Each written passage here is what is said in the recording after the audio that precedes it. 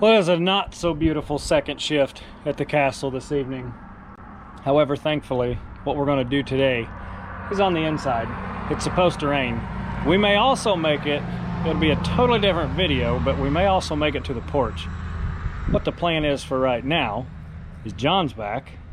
We're going to pour these concrete countertops, both in the kitchen and in the bathroom, knock them all out, and then hopefully we'll be able to seal the pool deck and the countertops next week. That way all the concrete that we have to pour is cured all the way. We can seal everything at one time. Let's go check it out.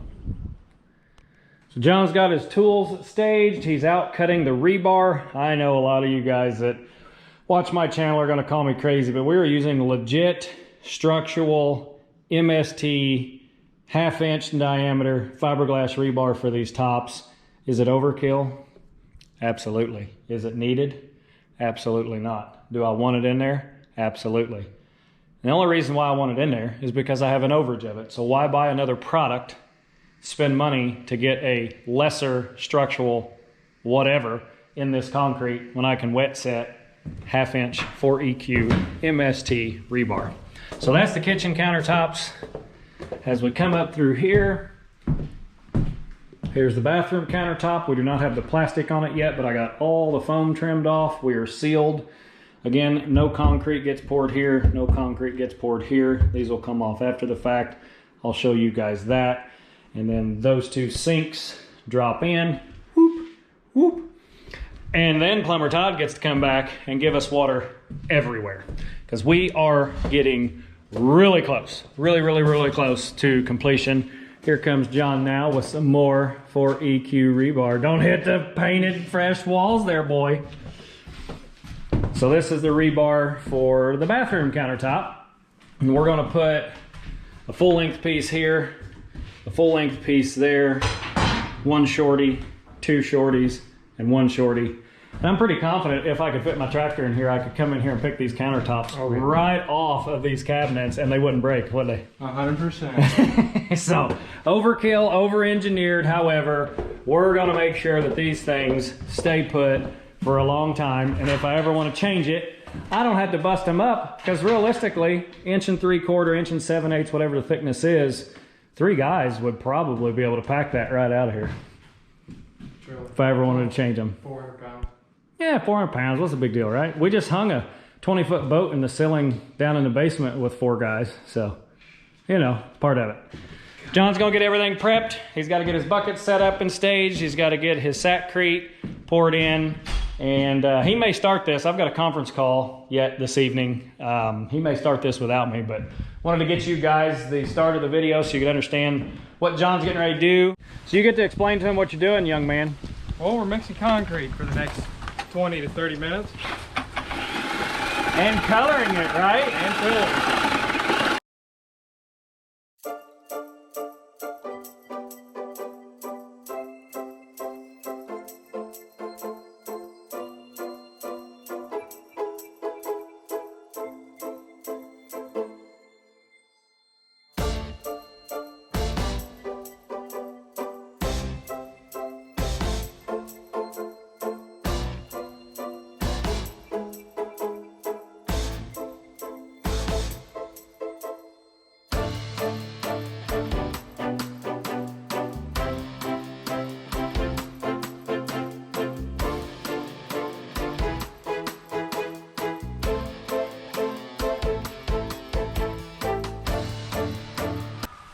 Well, here we go again with me forgetting to hit the record button. So we got the first 5 bags is what we put in here, right? Or 4?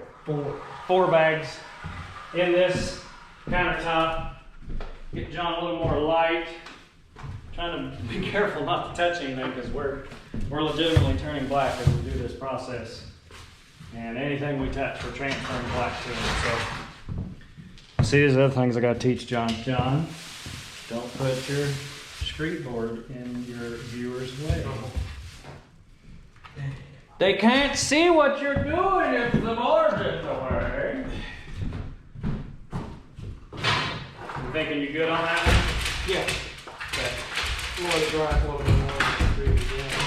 Okay. I'm gonna wipe this edge down. dripping.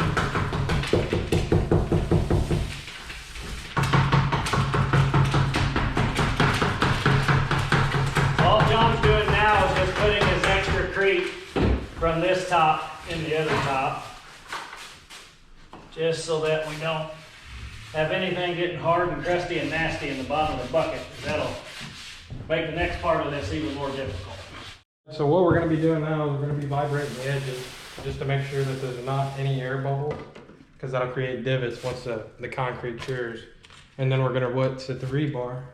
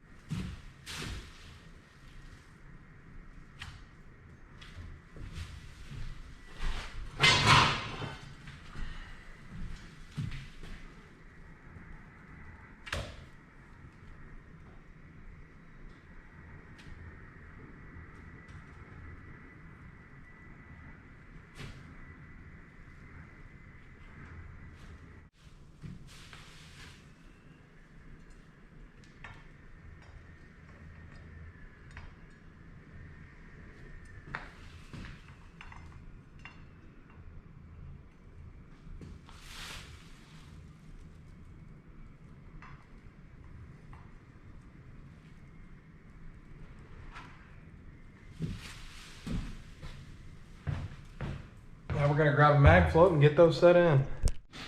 That one's got plenty of rebar. This one we're going to do a little different. We're going to put the rebar in there first. Then we're going to pour the concrete on it. John's going to stick his fingers down in there. And... oh, you used the wrong ones over there, didn't you? That's still not going to work. Bump this and then just cut it like 2 inches short. Bump it all the way. And then you know you're guaranteed going to fit if you cut it short.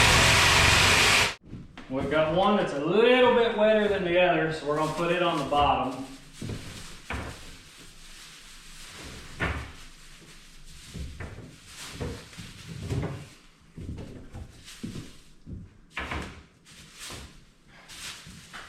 And these, I bet you these buckets weigh 150 pounds a piece. They're pretty heavy after we get the water in there. I think it's just your right corner there, bud. And then you got yourself snagged here and you just need a little extra read all about it, right? There you go, and you still see your chalk line. I think I got them all on. You on the struggle bus and cutting lengths away. I'm taking this with you. Alright, you ready for this little bit of a wet one?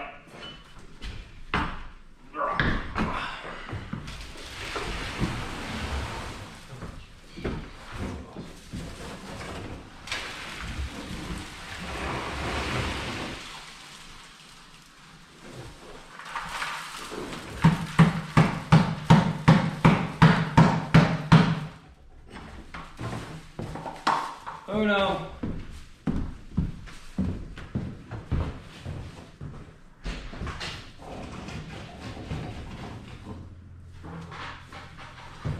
Wasn't as wet as what I thought it was. No. That's not too bad, honestly.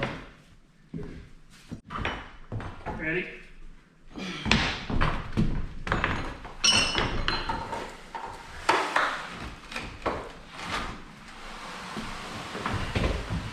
Called that one, didn't I?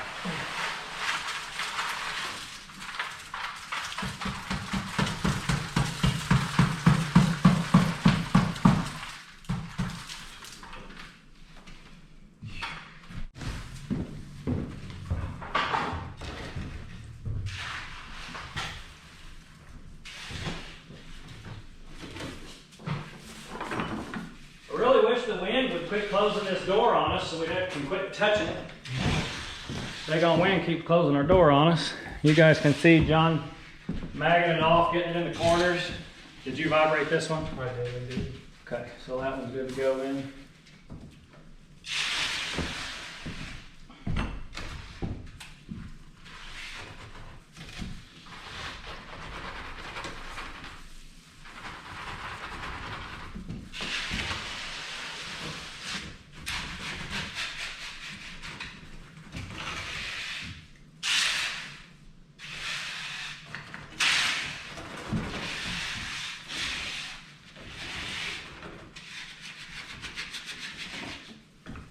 think those are going to be below now.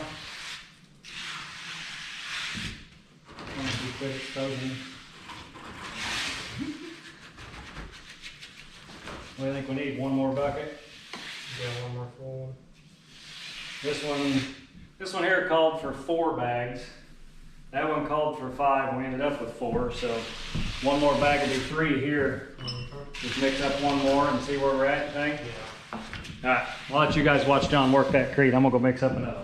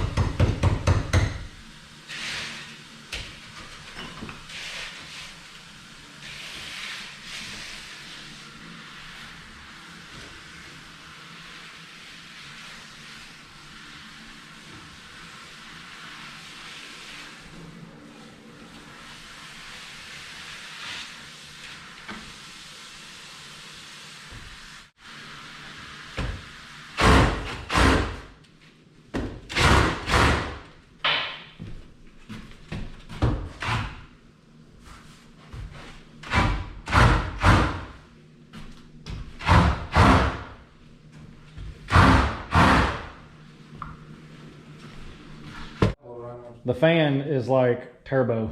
It don't matter. Like turbo. You dry it Like up. it'll blow the moisture across the top. It's got so much air movement, yes. All right, we're gonna put this next bucket in here. We mixed this one a little full. Ready?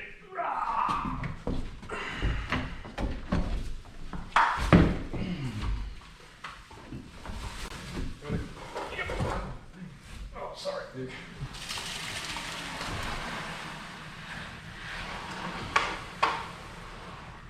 That should be good. I'll leave a little in there just as a precautionary. Woo! I'm guaranteeing you that one weighed 150 pounds. Wow. Tom's here. You might need the rest of this. No. No? Smooth this out, squeeze it out, and we'll be good. All right, then we go put this in the bathroom countertop then. Yes.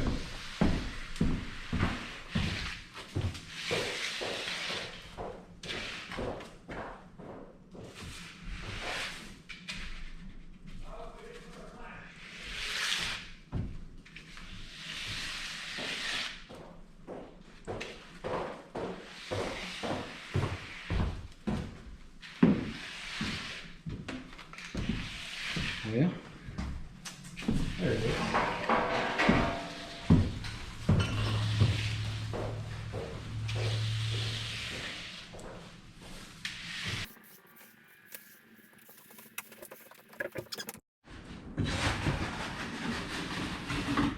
All right, I put just what was a little bit left over in that last bucket in here, John Boy. Now we got a full one.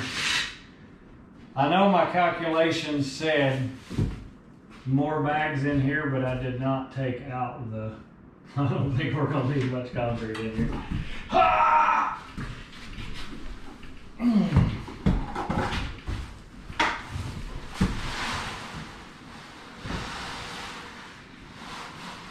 I can push it. Oops. Oh, goodness gracious.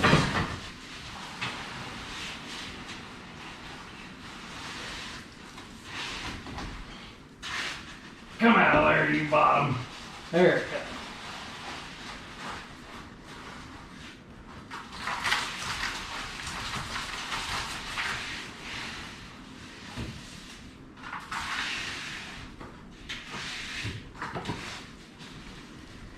There you go. What do you think? One more for sure? Probably two. You can take two? We'll go ahead and mix up another one. We're just smoothing that out. You don't mind shutting my people off once I get done watching you smooth that out? And four.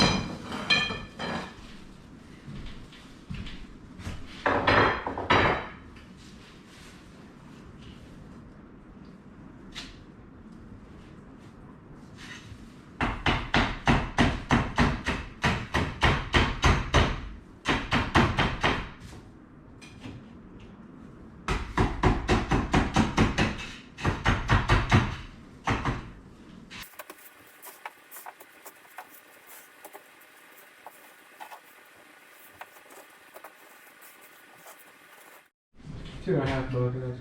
All right, so we're making bets, and they're involved. John says we need this bucket and a whole nother one. I said, ain't no way. Maybe quarter to a half. John says a whole nother bucket. I say a half. What do you think? I don't know how many buckets is there right now. One.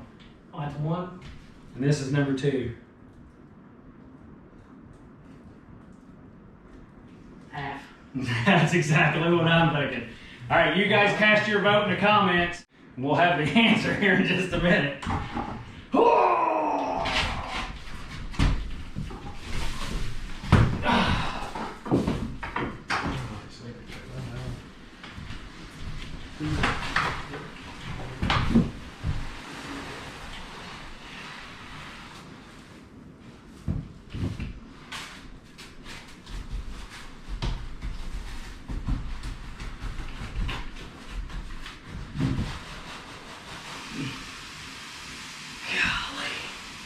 That back hole's really hard to hit. You want to move his mag real quick, Tom?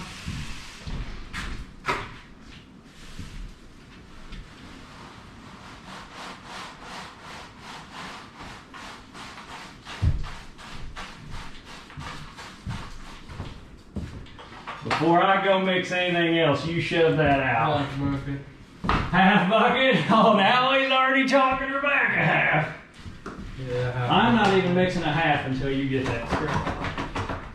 Because I think it might honestly end up a quarter. We're not far. I'd rather have extra than not enough, but we got plenty of Sack Creek.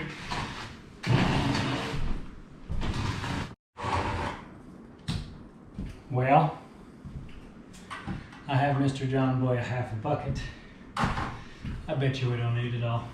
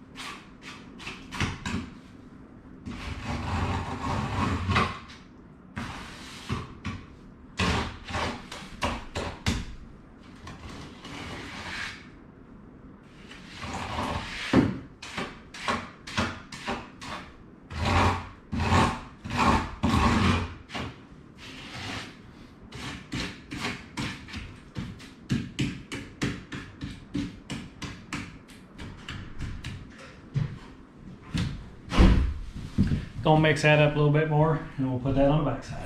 All right, John, I done put a eighth of that half Mr. Full Bucket needed.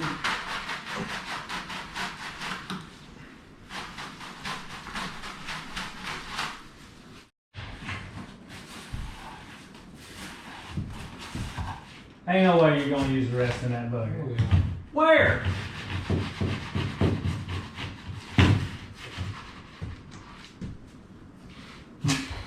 You know darn good and well you're lying to me.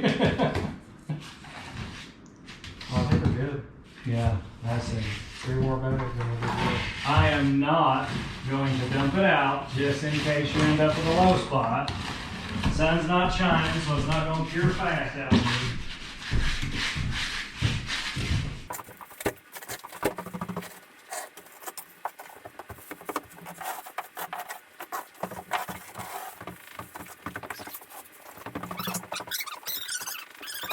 It'll be nice to the people. Okay? Don't let him treat you guys badly. That's gonna slick up nice, ain't it? It will.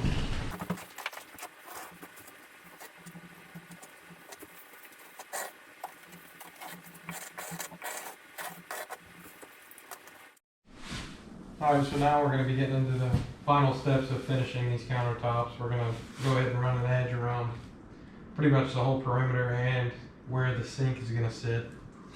And it's just pretty much a repeat process until you get the finish that you desire, which is usually slick, but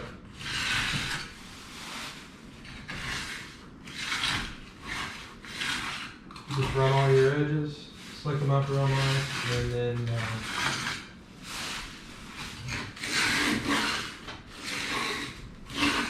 just repeat the process until you can't do it anymore, really.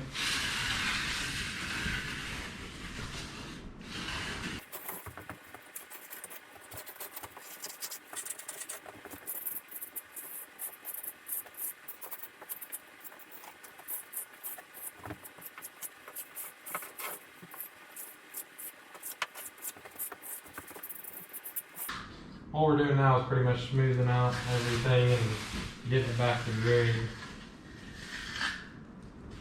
Taking out all the imperfections and pretty much getting into the last steps of the finishing. Pretty much the first of the last steps is when it starts to harden up enough where you're not slinging around a bunch of slop and you're actually starting to get a flat surface without all the cream. And because really, if you start finishing too early, it causes a lot more imperfections than what it should.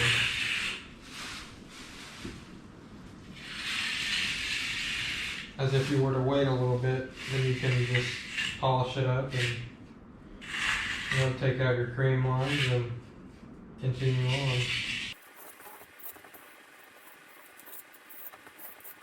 And before too long, we'll be rubbing a finish on it and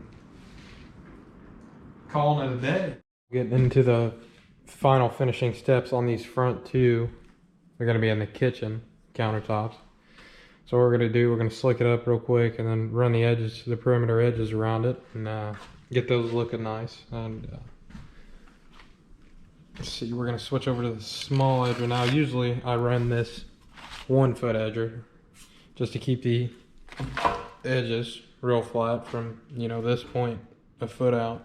Keep the edges flat. That way all you got to worry about is, the small blending space that you have out here.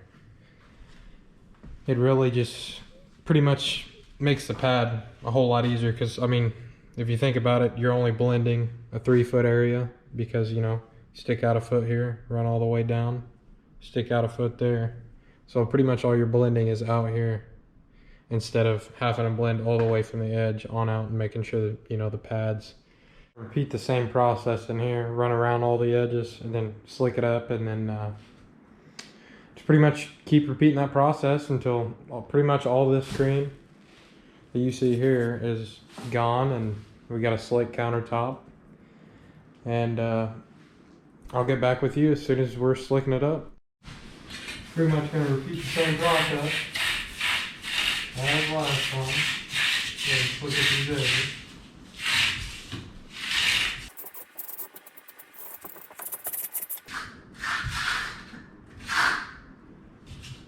Pretty much going to run all that excess cream out to the edge. Because what I'm going to do here in a little bit, once I get a good finish on the top, I feel like I'm safe enough to pull these outside form boards. I'm going to go ahead and pull those off and then face the front edge that way, because it's going to be seen all the time. So you want to make sure that you're comfortable with the edge that's on this front face that you can't see as of right now. But like we did earlier, vibrated all the edges to get all the air pockets off the edge, and pretty much going to make sure that's what it did. And if not, we're going to patch the holes and slick it up and make it look just as slick as the top edge there, and we'll get it going.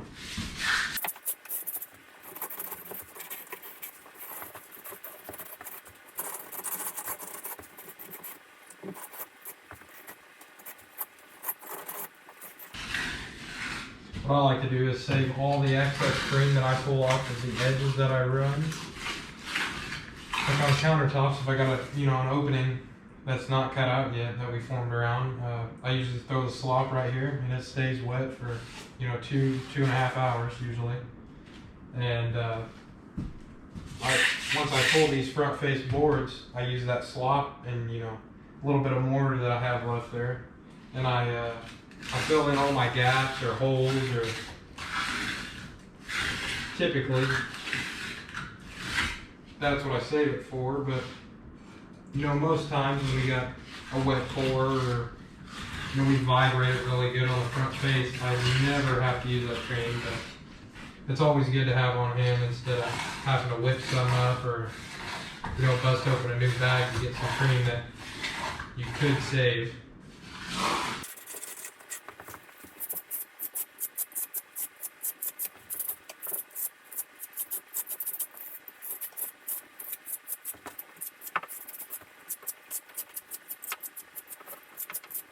On the next go around, we should be comfortable enough to pull those front face forms and go ahead and start facing that front edge.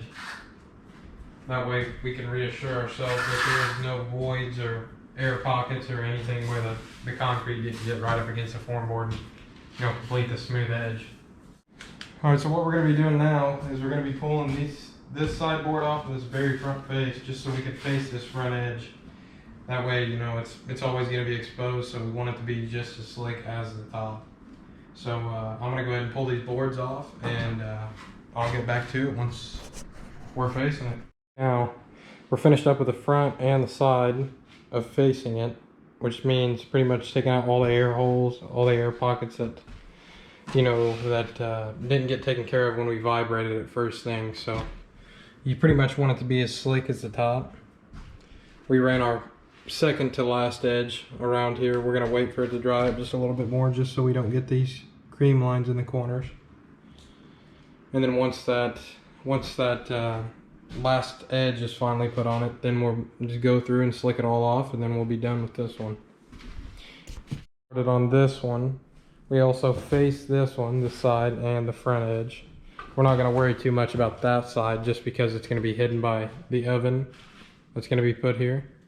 But we went through and faced this whole front edge and made it pretty well as slick as the top. We're going to go through and hit this one more time with a slick trowel, get it looking nice and slicked up. And then pretty much the same thing with this one here.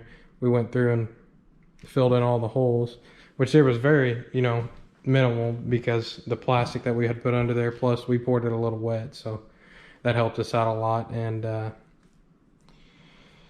hopefully we can get her slicked up pretty soon.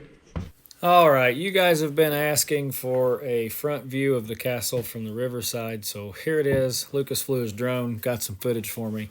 Hopefully you guys enjoyed the video, and as always, like, comment, subscribe, turn those notifications on, and don't forget to share away.